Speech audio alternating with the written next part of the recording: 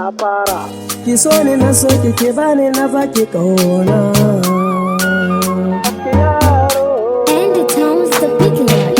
Haske yaro ni ne ɗan gayen nan, waka nake aiko babu kasala, birni da ƙauye suna ta yaba ni, san ki a zuciya ya kama ni, in baki baby ne zan, ki ce da ni na zo gurin ki na zauna. San ki a zuciya ya kama ni, in baki baby ne zan, ki ce da ni na zo gurin ki na zauna.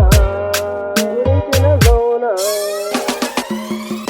Saki na a raina honi kin ji gimbiyata, zan kula da ke a zuci bani baki rata, a duniya ake kaɗe ce kullum nake fata, a lahira mai tashi ni da ke muzi da mata, idan ga ki kusa na abinci ma ban bukata, rayuwa da ni da ke kaɗe na sa gabana, dare da safiya ke ce madubin dubana, da na wayi gari babu ke a kai ni kabari na, ai burina na aure ki na kai cikin gidana, ki bar batu na kishi ya aini da ke amana ne, ina da ke cikin gidana bani saki hawaye, kalamai na so da kauna masu son sumaye, zan yi amfani da su duka na kora kawaye, san watan da watan ki hada sai ki share, ake kaɗe ki sahibata daga ke na kulle. Haske yaro ni ne ɗan gayen nan, waka nake aiko babu kasala, birni da ƙauye suna ta yaba mi, san ki a zuciya ya kama ni, in baki baby ne zan, ki ce da ni na zo gurin ki na zauna.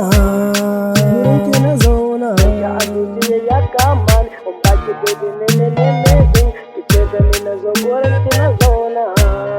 Gurin ki na zauna.